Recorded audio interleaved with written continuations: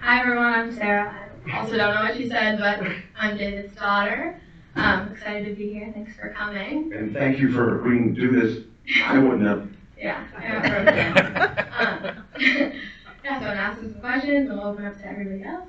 Yeah, I wanted to do this because I don't like to give speeches. I just like to talk on stage and have a conversation. So, we'll try that to see if it works.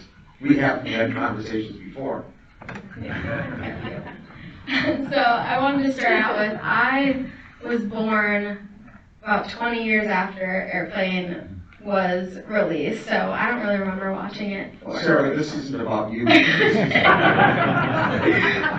I don't remember watching it for the first time, but I know that you said Charles had a good reaction to it, so I want to hear a little bit about that. Well, I think I showed it to Charles when he was 2. I mean, that was many years after Airplane was released. But, I remember his reaction. I don't know if he got it, but he just, all he could talk about after the movie was over was the movies. He loved the movies. So. And then after that, we actually started watching softcore porn together. Of course, he saw it as food, so it was completely innocent.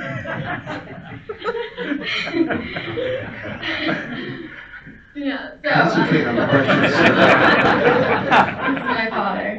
I've enjoyed this my entire life. Yeah, and that kind of goes into your comedy influences growing up, like the Marx Brothers, and how did that influence those roles? We used to see the Marx Brothers. We never knew about the Marx Brothers before we came to UW, and they would have these film societies where you go into a big lecture hall and they play the Marx Brothers. And, for a really stoned student audience, and it was hysterical. And we just, oh my God, we had never seen anything like that. The Marx Brothers were anarchists, and then in the book, but this was mainly Jerry and me who loved the Marx Brothers. But Jim did not like the Marx Brothers at all. He talks about that in the book. Also, we used to read Mad Magazine. I don't know if any of you remember that they had a feature in Mad Magazine that was called Scenes We'd Like to See. So that's literally the template for a movie like Airplane. So they would set up a familiar lead-up to a serious scene of a movie, and then they would do the joke in the last frame. And so I think we kind of learned from that. Yeah. After Airplane was out, Jerry, Jim, and I bought our own horse, and we named it All Pink. And we told the jockey, just run the horse on the rail. Don't bother trying to win the race. Just run the horse on the rail. So we get the track announcer to say, and it's all pink on the inside. So that's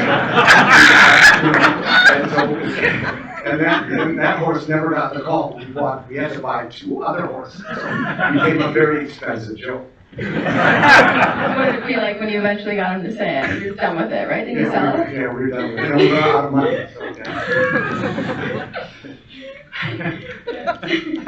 You've done so many pranks in your life. I've heard about so many. So I'll just ask you for one. What's your favorite one that besides All Pink, what was your favorite prank you pulled?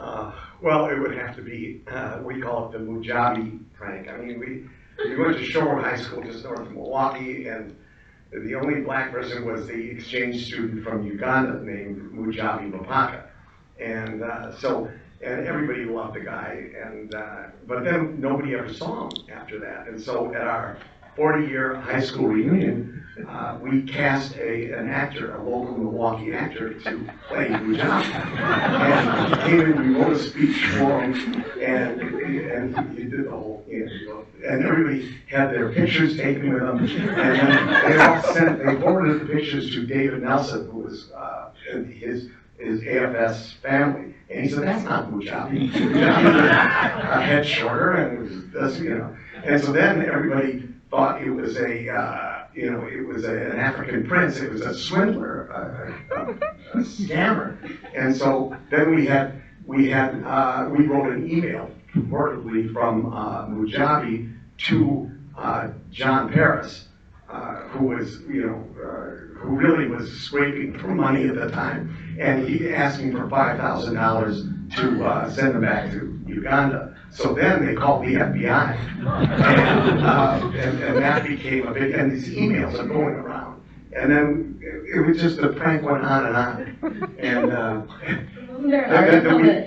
there was an article, we had an article printed up that my nephew Jeremy from Boston mocked up, and it said the guy was caught in Joliet, Illinois for scamming. He would go around to high school reunions, and at one recent reunion at Sherwood High School, he befriended one of the women and slept with her and bilked her out of $5,000. And so we said, and the article said typically he would go to reunions and prey on elderly women. And so one lady from our class said, "We are not elderly." That was what was disturbing about it. But nobody ever found out. This is probably, and one of my classmates is here tonight. I don't think he ever knew that was a scam. But probably you slept with him too, probably. Yeah, that's the best part of the prank, that still nobody knows. Nobody knows. So I hope you'll keep it on your hand. Both pilots? Can you fly this plane and land it? Surely you can't be serious. I am serious. And don't call me Shirley.